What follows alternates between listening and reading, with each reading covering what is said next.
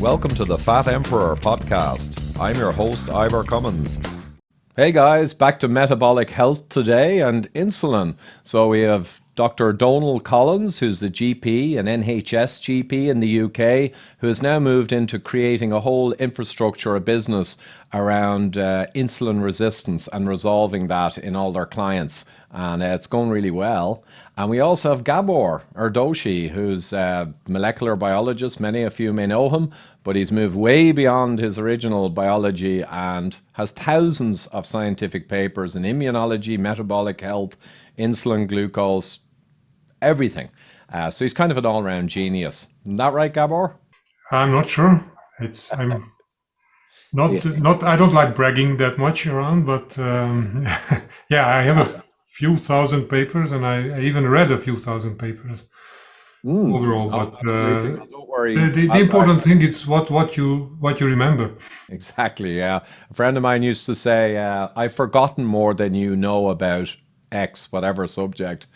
So, yeah, Donal, great to have you here. And we might kick off with yourself and your kind of story, because you have a backstory on your own metabolic health before you kind of discovered a lot of things and then moved into this new venture. Yeah, great for having me on, Ivor. Thank you so much. So I was an NHS GP for 25 years until October just gone by.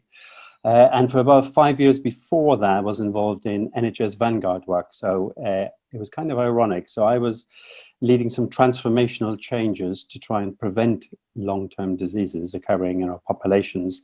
And during this time, I myself developed a chronic preventable long-term condition.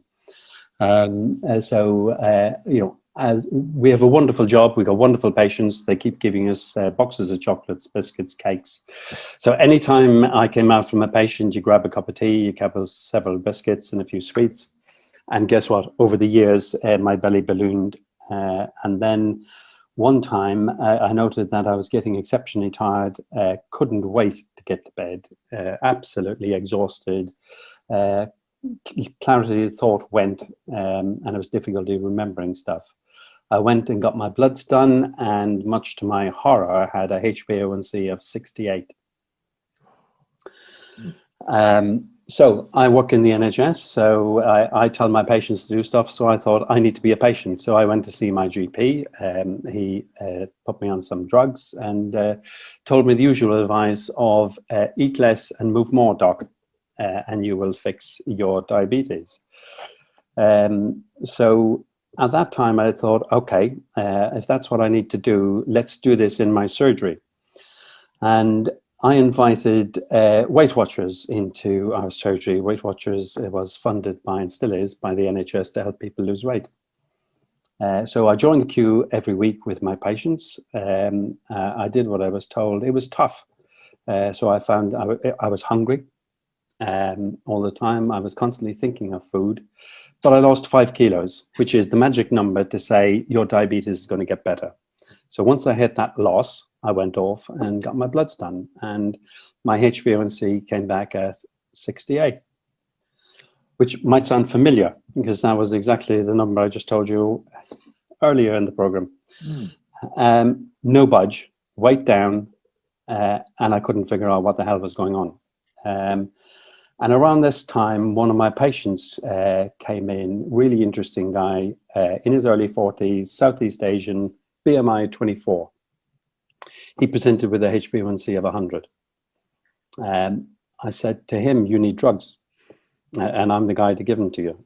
And he said, hang on a second, I'm an engineer. And I think I know what's going on, and can you let me try and fix the root problem? And I said, okay, you fix your root problem, knowing I'd have to give him drugs anyway. And he came back a few months later, and his HbA1c went down to 60. And I said, look, you've done really well. You still need drugs. And he said, well, I've only partially done what I should have done. Let me work harder. And he came back, and his HbA1c came back at 38, and he sustained it under 40 for the next couple of years. So I had a chat with him to say, well, what have you done? And he said, well, in our society, we eat lots of rice, we eat lots of chapatis, and lots of high sugary food. So I stopped eating the sugar. I stopped adding the fast absorbing carbohydrates to my diet. And guess what? I fixed my type 2 diabetes. So this was a bit of a revelation to me. So I did some research and I started listening to podcasts, and I came across this guy called Ivor Cummins, who did an amazing podcast on how to reverse chronic disease. And it was staggering because I'd been taught for 20 years, type 2 diabetes can't be reversed. It's a chronically progressive disease. And yet around me, people were reversing their disease. So I decided I'd give this a go. And lo and behold, within months, my sugars crashed. I lost 17 kilograms since I started putting cream in my coffee. And HbA1c came back at 44 and has maintained around that level. So technically, as I've kept it under 48, diabetes in remission, off drugs. And on one of your podcasts, you talked about the ability to measure insulin will be a game changer. Now, I know in Ireland, people can go in and just ask for an insulin test and it's done. But in the NHS, it's incredibly hard. You need to have an insulinoma or special permission from the laboratory in the hospital to get an insulin level done. So when I heard about the fact that you could get insulin measured by a finger prick test, not needing a laboratory, and you think, actually, this could be done at home by patients as well. Suddenly you're democratizing access to health. We could give knowledge and empower people to turn their lives around. So my plan was always to change my career. This has powered me and set me up to do something radically different. So we set this clinic up and we've been doing this. And the response from the patients has been phenomenal. So when patients, if you tell patients, stop eating sugar and stop adding fast-acting carbohydrates to your diet, they kind of nod and say, yeah, I kind of heard that before. But when you show them what's happening in the bloodstream, sugar response to food, insulin response to food, it is amazingly empowering. And they go away feeling positive, empowered, they know exactly what to do. Yeah, that's again fantastic job there, Donald. I know we met a few years ago in Dublin. You told me your story then, but like even though if you know the technology and you understand it and you find out you can do it, it still requires effort and fairness, and to carry it through and not kind of get stressed out and busy at work and let it slip and lose ground. So it's always a huge achievement to do that. The insulin, absolutely. I was really excited years ago when I met Eric Smith for the first time. I think it was in Denver, or it could have been in Breckenridge, or God knows where in America at a conference. And he showed me this really early finger prick insulin test. And I thought, yeah, well, that's amazing, but when's it going to actually commercialize? Because I spent a long time in high volume products and I know it's a lot of work to get it scaled and really out there. But it looks like now, and Gabor, you can chip in here as well, because you're involved with Eric working on this, and I promoted the product a few months ago in a few videos. It's pretty much going very well technologically, right? Yeah, we have made a lot of progress since, partly thanks to Donna. We now have a nicely working smartphone app, and also a kind of a shooting box. We tried to solve this. Actually, the quality of the shot you take of the lateral flow assay is rather important, and we figured that the single biggest difference between shots was the lighting, and we couldn't fix because different smartphones have different flashes and the lighting in the rooms can be vastly different. So finally, we arrived to a black box on top of which you just put your smartphone, and then all the external light issues are solved immediately. So it's just a small box. There is a drawer. You insert the LFA strip, and then take the picture with the smartphone app. And then it sends the picture to the cloud server, and then you get back the result almost instantaneously. And it can be plugged into a analytics software. So you can get the nice curves as well. Excellent. And I remember seeing even way back, I met Eric again in London, the actual correlation curves versus laboratory testing. And it was pretty damn good, even at a very earlier stage. Now, the black box you're talking about, I guess you bypass the light source from the phone and the environment. Do you have an LED or something inside it to give some kind of standard light? Now it can be done with the standard flash of the smartphone. So Oh, so with once the all the black box, environment. the difference is so small. Then the reflections and all these kind of rays going away are all solved, more or Excellent. less. So the variation is much smaller, and the software can handle these differences quite well. And we have been doing quite a lot of standardizing and what is it called, when matching the especially at low levels, the variation was too big. Not as if it matters a lot, because it doesn't really matter if you have a fasting insulin of 2 or 4, because both can be considered perfect. The problem is not this, but still the variation is 100% if you measure a 2 instead of a 4 or something like that. So some more calibration had to be done to fix this. Actually, we don't have enough sick people.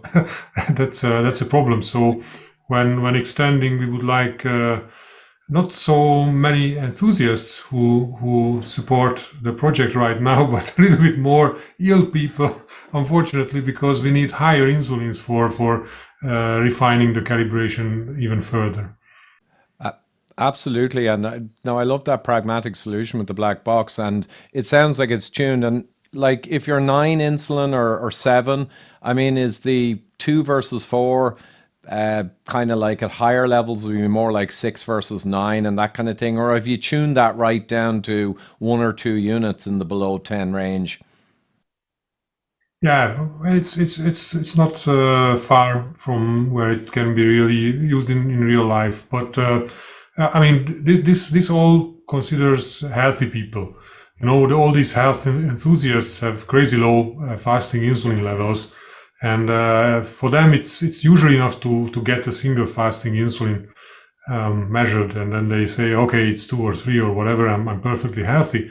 It's more important for the ill, especially on in early stages of derangement, when fasting insulin can be very normal. So you measure a 6 or something like that, your GP would tell it's perfectly normal, but your 45-minute or 2-hour insulin can be way above normal. So that's when the postprandial measurements come into the picture, and I think in that range, in already a 45-minute, it's the differences what we see in calibrations between the lab measurements and the LFA measurements are so small, these don't matter much.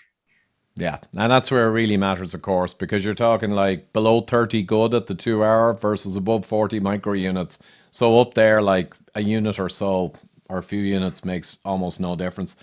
So that's excellent. And then Donal, you've been using this technology, this emerging technology that sounds like it's pretty much there now on people, as Gabor just referred to. You want to try it on people who actually generally have problems. So how's that been going? Let me share a screen. Hmm.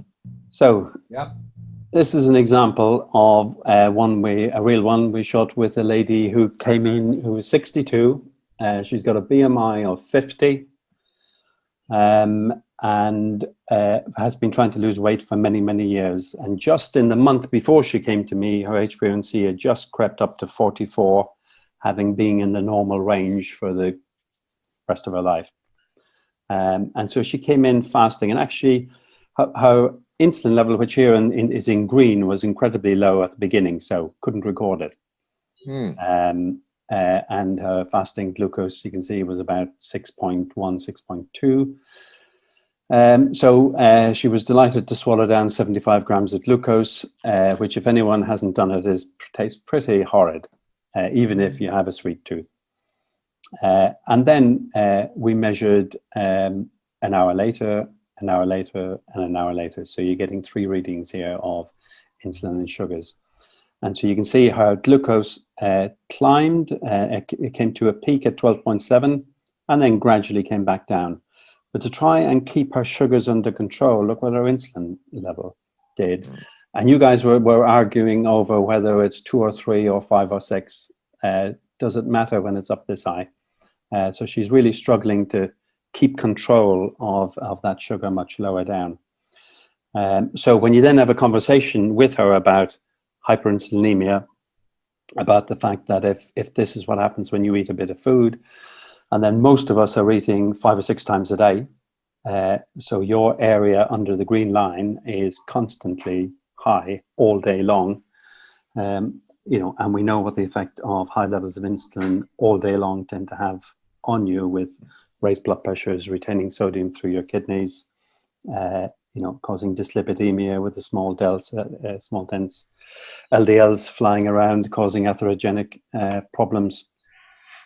So she's gone away completely empowered and has revolutionized her life. So during the week, she's been texting me, telling me for the first time in life she's enjoying her food. She's now eating twice a day. She happens to be a nurse, so she has access to dipsticks, and she tells me that she's got ketones in her urine, so she's become a fat burner. She's blowing out ketones, urinating ketones. So our good friend Bickman told us during a couple of weeks ago in one of his podcasts, it's a way of getting rid of energy, you know. And if you're not a fat burner, you're not blowing out energy, so the body keeps on losing it, and your waist circumference shrinks. Yeah, and it's huge. If you don't measure it, it don't get fixed, is the old phrase. But I mean, even for people who are not engineers, you know, just having measurements and having a grasp of what's happening and visualizing it, and knowing when they put a croissant in their mouth mixed with some butter, you know, all that refined carbohydrate and butter, what it's doing, and how your insulin is hopping up to meet the incoming threat. You know, visualizing it really helps them to stay on the real food. It's important to have a grasp and to understand the numbers. And I think that graph there, I can't remember, it looked like a 2A or a 2B Kraft curve, but I'm a little rusty. But Dr. Gerber, his record is a rather overweight gentleman, I think only in his late 50s, who hit a 560 microunits 2 hours after the glucose. Yeah. Now, there could have been a laboratory glitch, and maybe it was a few, but I've heard often, you know, Dr. Ken Bruckler in New York, a good friend of mine who worked with Joseph Kraft back in the 70s, he began to do these insulin assays on his patients. He was an enterologist, and he began to see numbers here and there regularly of a couple of hundred. And he thought they must have insulinomas. And he sent them for scans, and eventually he realized, my God, you can do this to your body with your diet. He couldn't believe it. He thought it has to be a growth. And he got them on the dietary treatment, you know, the low carb, lower calorie treatment. And he was seeing those curves collapse just like Dr. Kraft was. I mean, this is the way forward. Absolutely. And I don't know if Gabriel wants to briefly mention some of the lipidometers that we have access to, and how people can measure their triglyceride levels. Yeah, we also realize that some people are not ready, or just don't want, or find it too complicated, because you know, also the amount of blood for insulin testing is significantly higher than what you use for glucose. And after some research, we have realized that much of what you do with insulin, not all, but much, can be derived from a combination of glucose and lipid metrics. So combining triglycerides, for example, with glucose, or HDL with triglycerides, or you can combine all three and add in waist circumference and different metrics. There are various indices available in the literature, and of course we could also work on our own when having enough data to play around with. But with a relatively cheap lipidometer, you can establish a glucose, a triglyceride, and an HDL figure. And of course, in a GP practice, measuring waist circumference is not a big issue. So you have very accessible data which could substitute to some extent the insulin metrics, and then you don't even need any complication. It's just the analytics what we need to do. Basically, you need a lipidometer which also measures glucose, and then the interpretation is up to us, and the feedback is up to us. So it's another approach, and this can be combined with further with insulin, of course. The more you measure, the more you know and understand. Yeah, and there are plenty of anomalous people who have an unusually good metric in one that you would expect to be high, and vice versa. And for the people who really want to go deep, you want all the data you can get. But for most people, for the kind of middle of the road, high A1C, type 2 diabetic, pre-diabetics, yeah, I agree. The triglyceride and the glucose and the HDL, you put them together, it's pretty powerful. And the other thing about triglyceride is I remember those papers you shared with me years ago, some of my favorite studies of all time. But that one about the meals that were taken, 3 meals during the day, and you could see the postprandial triglycerides, or it could have been the insulin sensitive obesity one, also showed that the postprandial post-meal triglyceride level was extremely responsive to show people with metabolic dysfunction. And I think you're talking now about fasting for those measures, but you're also looking at the dynamic post-meal or post-challenge. Yeah, precisely. It makes a lot of sense, especially for average folks who have 3 mixed meals per day, for example, and you can see the gradual derangement over the day, because their insulin sensitivity improves somewhat overnight, and they are the most insulin sensitive in the morning when they eat their first mixed meal, and already after the second meal you can see that the baseline is elevated, the spikes are higher, and the third meal is even worse than following the first two, and you see this constant elevation of the baseline, the so-called fasting levels, and then the same or even higher peaks are added on top of the elevated baseline. So the derangement increases over the day, and I mean this can be circumvented or exploited if we use a so-called tolerance test, a mixed meal tolerance test, already in the morning. So you don't have to wait 3 meals if you take in, for example, 2 meals in one, and moderate protein, high fat, high carbohydrate does the trick. And what you see is really a tolerance test to a hit when you have to deal with both simple carbohydrates and high fatty acids, lipids in your meal. That's the most difficult for the body to do, and that's this way you can catch any derangement relatively early. Yeah, excellent. And a very sensitive test, and also a dynamic responsive test that takes how your machine is responding after actually putting it under load. Because the fasting tests can be really tricky, absolutely. And I remember that paper now, it's coming back to me. What I loved about it was when they did the healthy and the not so healthy people, and they were having the 3 mixed meals, and they were actually radionuclide tracking the fat molecules from the food and seeing where it went. And just the summary for people watching, a lot of people are still worried about their ApoB, particle count number, going up, even though we say it's not really the number, that's just a proxy for insulin resistance and the real problems. But interestingly, the healthy people, most of the fat molecules from the meal ended up going to their adipose tissue and then coming back out later, which is exactly how the body should work. But the unhealthy people, the fat molecules from the meal were being kind of more directed to the liver, not taken up by their adipose tissue or their fat, more going to the liver and then ending up in a flood of ApoB particles, driving up the particle number.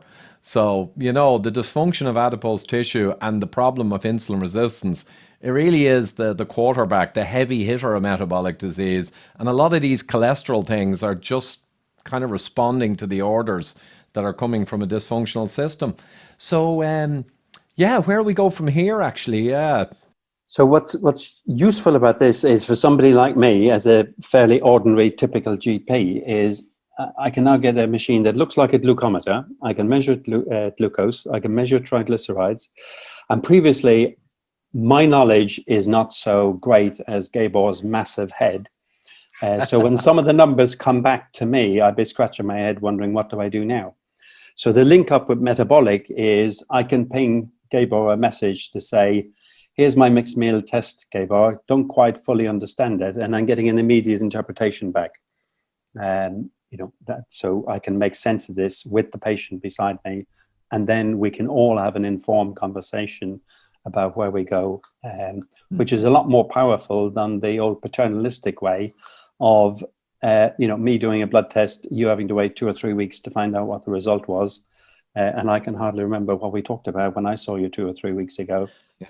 And for 20 years, I was watching the amount of triglycerides coming in, slowly rising. And I had no idea what to do about it. So the usual advice was, let's repeat it in 6 months, when I probably still won't know what to do about it.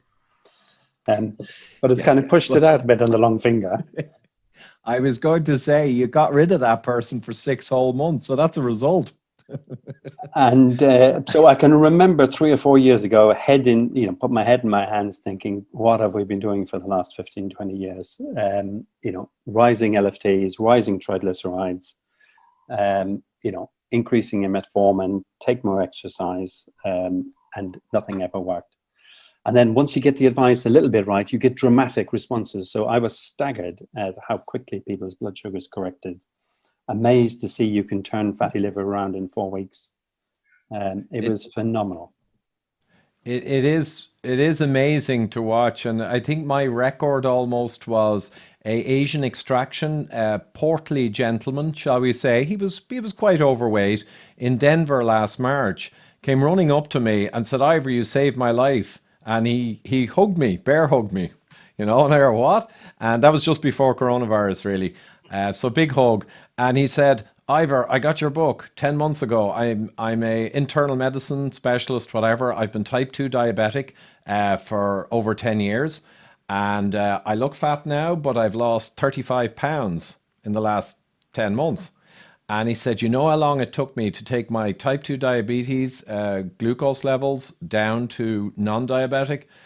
And I said, well, I guess you're going to say a couple of weeks, and he said 10 days. I tested myself 10 days later. But he said also my insulin collapsed 10 days later. So within 10 days his insulin collapsed. So I've also heard stories regularly enough that the A1C, even though it's a nominal 3-month kind of metric for the degree of glycosylation or glycation of your red blood cells. I've heard stories as well of people whose A1C drops much faster than it even should. Like within 4 weeks they test again and it's already dropped, even though it's a 3-month metric. So it's just stunning what can be done. And I was just thinking, when you said mixed meals and 3 meals, and they eat the meal, Gabor, in the morning, and their insulin sensitivity drops back, and the second meal it gets worse, third meal it gets really bad. Can you imagine they had 3 or 4 egg yolk omelette for the breakfast, and then they just had a piece of steak for lunch, and then in the evening they had a couple of mackerel fish? I mean, what would that day look like for these people? Yeah, it's not a good model for us, because then you see these flat lines. It's quite boring, but the effect is profound, definitely. But exactly, it just shows you what we're sitting on here is astonishing. That we just listed out a few simple meals that if you ate those every day, within days your diabetes would be going into remission. Literally within days, your insulin will be collapsing, the thing that's driving a lot of the damage. Your leptin will be collapsing. Your appetite lack of control will be relieving. Your triglycerides will be collapsing. And we know that triglycerides disrupt the appetite control system, as does insulin, as does hyperleptinemia. So we've got all of the core pillars of modern chronic disease, the biochemical kind of quarterbacks that are the problem. And we've just said there's a handful of different foods you can eat, and within days and certainly weeks, you'll collapse the big problem. And no doctor really knows this. Doctors are still telling people, they're writing to me, these guys. The doctor insisted to them, there's nothing you can do with diet for your heart disease risk, for your diabetes. He said it's all a fad. It's a myth. It's crazy. So what we're trying to do over here now is, can we do this at a population level? So you very kindly introduced me to another Irishman a few months back, who manages a digital online platform. So we're using that platform in a population in England. So we had to do some translation from Cork accents to Havant accents. But it's really interesting what's happened. So we went to one of the practices there with somebody who understands what's going on and has embraced the whole concept. And he himself used the platform. The lead GP in the practice has now lost 17 kilograms, barely recognizable from the start of the project. And then we did a quick search in his computer and identified a cohort of patients who are on GLP-1 injections. 70% are on insulin, they're on gliclazide, they're on the metformin, they're on the flozins, and a whole raft of antihypertensives, statins, and piles of other medications. So here's a group that we can't turn around, right? Because they've had diabetes for years, on so much drugs because the disease is out of control. How can simple food turn this around? So we identified them, we invited them to come on the project, we sent them a link to register. We were told, because this is a very poor, deprived area, these people won't be able to register on an online system. They all got the link, they all registered. One guy had difficulty because he had an iPhone 4, right? He had an iPhone 4, so there was challenges with answering some of the questions. Everyone else got on it. And so the program has now been running for 3 weeks. So we haven't got our second tranche of bloods with regards to HbA1cs and lipids. But everyone who was on insulin and gliclazide were told to immediately halve their doses on day one. Okay, and within the first 7 to 10 days, their sugars have gone from the 20s down to 5s.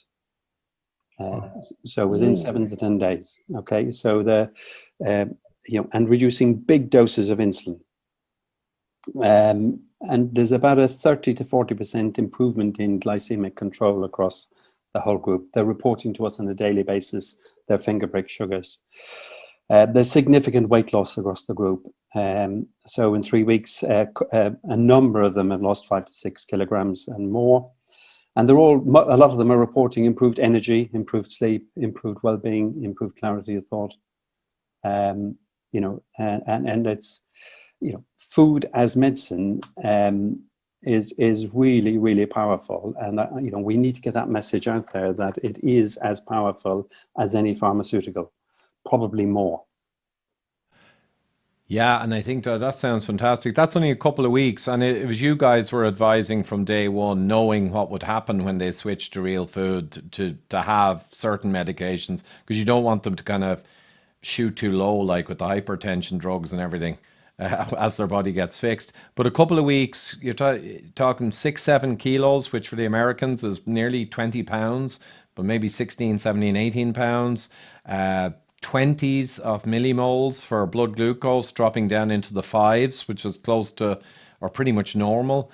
So all of this happening within 2 weeks. And what do you think, as they persist, do you think psychologically, I guess with the app you mentioned and our mutual friend, that's a great system because the app keeps you engaged and the support and coaches, that's really important. So you reckon these guys will kind of pretty much stick with it, especially with the short-term benefits hitting them, like mental acuity, energy, feeling better, losing weight.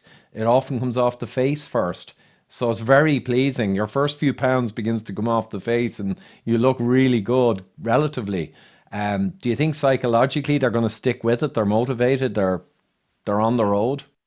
So compliance is really high. So we have a webinar once a week. So myself, the lead GP, Andrew from Cork, the pharmacist, and the diabetic nurse get together, and we have a conversation every week with everyone on the program in it, and they can fire questions in at us. They also have the ability to communicate on the platform, a bit like a Facebook group. They can talk to each other. Great conversations going on. So there's a community developing of self-help, self-support that's really working well. And from a system point of view, first of all, we believe we can reverse roughly 50% of these people will get into remission. The cost to the system, just in drugs on each of these people, is about £2,000 per year. So if you get into remission, you don't need those drugs. It doesn't take a rocket scientist to work out how much you're going to save. And on the others, there will be improvement in drug expenditure. There will be improvement in outcomes. There'll be less outpatient appointments, less GP appointments. And more importantly, these people are going to get their lives back. They're going to be able to spend time with their families, their grandchildren, when COVID allows us to give each other a good hug again, a bit like your man in, was it Denver, giving you that bear hug. And Very good. And that we're missing that. We're missing the real human contact in these days. Yeah, it's a big problem, and we'll probably move on from the topic now, but there's huge hope now for these automated systems, and I'm guessing, Gabor, that, or Donal, you can link in with Gabor now and get the interpretation. Interpretation is everything, of course. That's where the genius is. Whatever about all of the systems to track, trace, record, apps, engage the client, the interpretation is the key. But AI over time, artificial intelligence and algorithms that are very dependable can replace some of the time-consuming contacting people to check stuff, I guess. So I think, for me, I think the next bit of the experiment will be, so hospitals will have said craft testing is really expensive because it chews up so much time in a hospital. These bits of kit are very transportable. So, people can do glucometers at home. Why couldn't they do a triglyceride glucose mixed meal test at home? Report the numbers back in. I'll have a chat with Gabor. And we can then have profound conversations that will genuinely turn people's lives around. Oh yeah, absolutely. And I was actually thinking, and maybe I'm jumping ahead, that the interpretation currently is linking in with, say, Gabor or whatever. But over time, maybe with development of algorithms and smart kind of AI, maybe even some of the interpretation can be computer generated, and then with any doubt whatsoever, okay, having to go back to an actual person. But there's probably going to be layers. Yeah, I think that's the basic idea, to get it to not fully, but at least partly automated. And in general, I think it's also a kind of an education, ongoing education for the GPs who are involved, that they could do all the typical patterns after a while. I mean, it just takes time to see more data and more data and more graphs and more curves and more curves.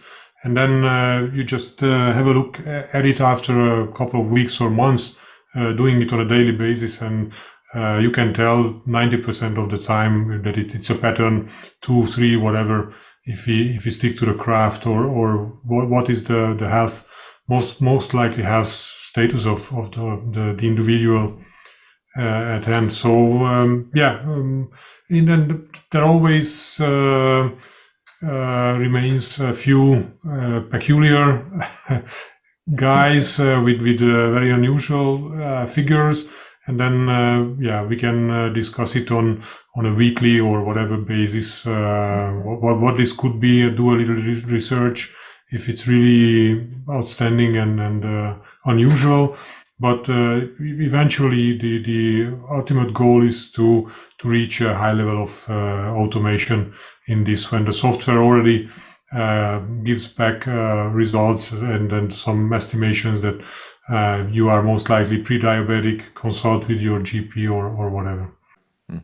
Yeah, and over time, maybe more unusual cases will emerge as patterns in their own right and will kind of be characterized and then become kind of automatically suggested. But yeah, that's longer term. The coronavirus, we don't want to go down a hole on that. I spent a lot of time on that over the last year, but maybe some thoughts on the sheer exposure. I mean, if you are leptin resistant, which is insulin resistant, type 2 diabetic physiology, there's so many mechanisms that will increase your risk of severe outcome versus a very minor outcome. So what do you think? I mean, this chronic disease epidemic for the last 40 years has left us in a shockingly bad state to handle a new severe virus of this type. And then when the aged people are being hit, it's an easy excuse to say, oh, well, that's because they're elderly. But it's because they're metabolically failing. And yet we kind of aged people and we know them. I know a guy who's 88 and he's in excellent health and he does a little farming and he works away. There are choices there too, that you could even be in your 80s and be relatively very low risk having caught this virus by having metabolic health and low insulin resistance and low leptin resistance also. So it's a huge thing. I mean, this is a clash of two pandemics, isn't it? It's a clash of two pandemics that's causing chaos. Perhaps three, because another one is the vitamin D deficiency. But of course, obesity, insulin resistance is related to low vitamin D levels circulating, because it's not fully independent. But still, I think it's kind of a third factor which should be incorporated.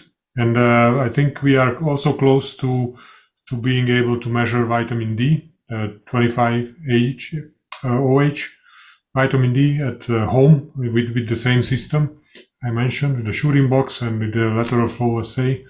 It's not so difficult. So we are currently evaluating suppliers, to put it nicely, because some are not fully reliable and some countries of origin are problematic. So we need to pick the right one. But there are several options, fortunately. So we strongly hope that it can be solved very soon. And then you can do a insulin measurement and a vitamin D measurement in parallel. And then you can also do a COVID test, which is also a lateral flow assay. So it can be done within the same system very easily. And we can probably produce a risk calculator, for example, for this virus, but this may not be as unique as believed. So there are other problems, infectious diseases, which correlate fairly well with metabolic health in general. Yeah, and vitamin D. And I actually love the way you described that, because I was very careful to say to people that vitamin D or low vitamin D, 25 OHD in your blood, is a proxy or reflects a metabolic problem or an autoimmune problem or an inflammatory problem or insulin resistance problem. So there's a bit of confounding there. Treat it as a marker of a problem, a metabolic problem. And it's not just chug the pills, get the number forced up and feel you're as healthy as another 35 nanogram person because you've jacked up to 35 with pills. But like you say, the vitamin D in itself, though, also stands alone. I think a couple of Spanish studies in the last 6 months have shown pretty strong outcomes from taking it. There are a lot of attacks of these guys. It's crazy what's going on. When you have a mainstream article, it's published in JAMA, and they administer a single bolus dose of, I think, 200,000 units in 1 day after admission, and then nothing happens, nothing good at least.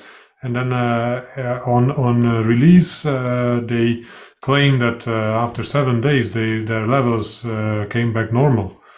So what happened within that 7 days, nobody is interested in. So, and then it's in JAMA, but the other one, the Spanish you refer to, has already been withdrawn from the preprint server because of the attacks. So, there were two. There was an original Spanish one. there was a pilot study, and then the larger scale study was put up a couple of weeks ago on a preprint server, and they had quite nice results reported in mainstream media as well. But by this time, I think 1 or 2 weeks later, it's disappeared because it was attacked by not proper randomization. They randomized wards and not people. But it started back in March or April last year. So there was no clear cure. There was no treatment at all for the severe conditions. So they just decided that this ward will do the vitamin D, the other one will be the control, and that was it. I think it was not a poor design back then, but it seems a bit poor design right now. But I don't think it deserves retraction at this stage when it's in the preprint stage. It's crazy. And then you know that they use the 25-OHD, the intermediate metabolite, which is normally produced by the liver, but it takes a lot of time for the liver to convert that huge amount of vitamin into the intermediate form, which can be then utilized by the immune system directly.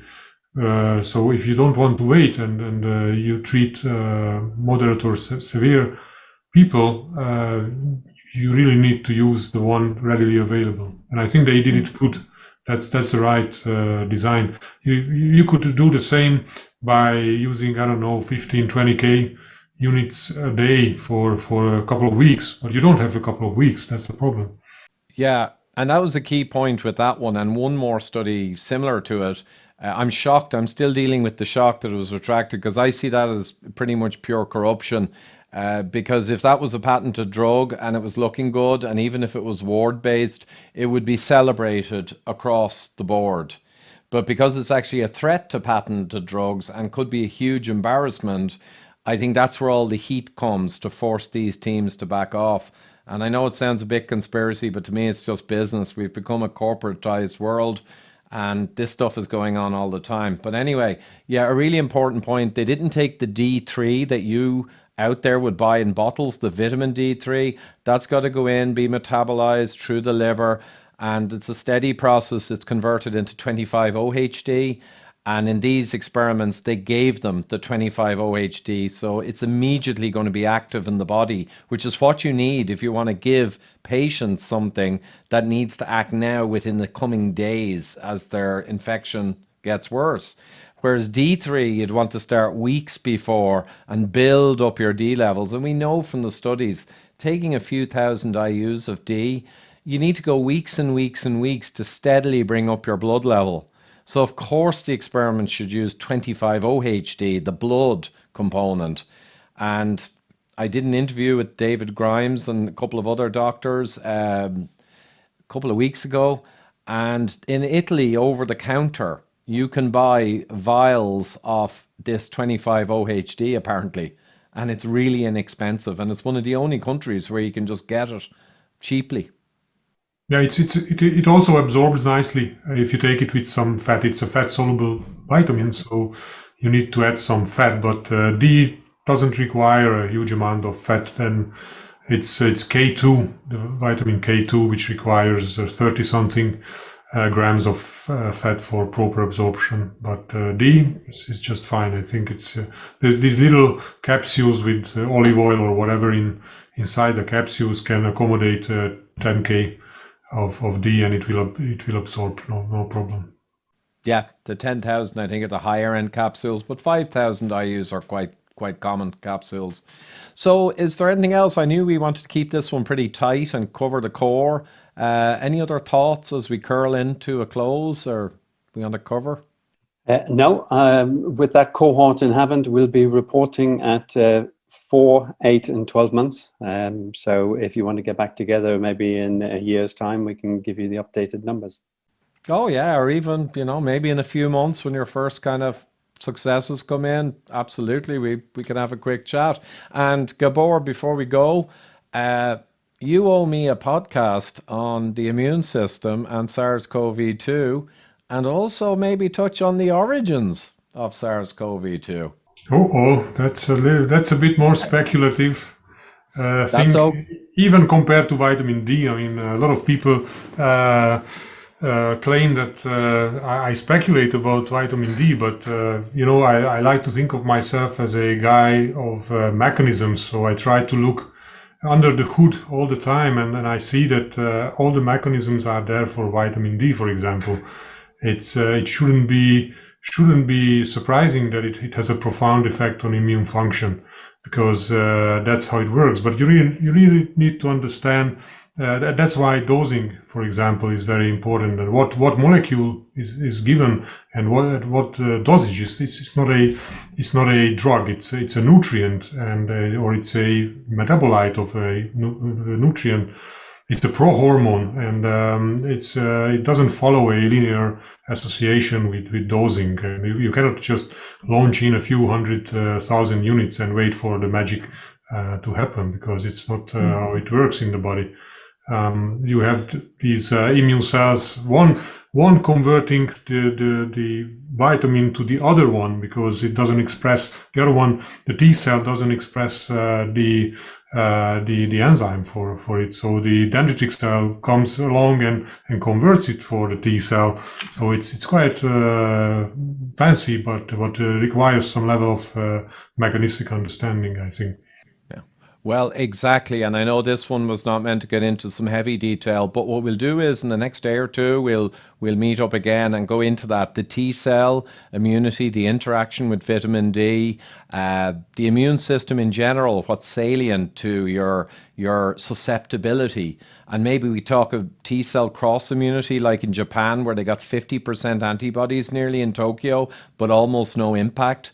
But people think that Japan somehow avoided spreading the virus. But there's a whole cohort of several hundred, and they hit nearly 50% antibodies over a couple of months in the surge. So that's the whole T cell potential cross immunity. And then we'll touch on, but we'll be careful, because these days, sadly, there is apparently 1984 style censorship. But we'll be careful when we're talking about the origins of the virus, and we won't get too controversial, just in case. Is that fair? Yeah, I'm looking forward to it. Let's do it, maybe even at the weekend. Listen, Donal, that's superb work, both on your own journey of achieving health and also this amazing stuff you're doing with these, let's be honest, super exposed, super high risk individuals, transforming their lives with all this technology that's coming out. Thank you so much. Great stuff. Thanks a lot, guys, and we'll catch up soon. Have a great day. Bye-bye. And just a reminder that I do need support to continue putting together all of this content, and at patreon.com/Ivor Cummins, or for PayPal at tinyurl.com/Ivor Cummins, where you can do a one-off or a monthly support. So I'd really appreciate that, guys, and keep me getting the science out there and countering perhaps the more biased corporate type science. Thank you.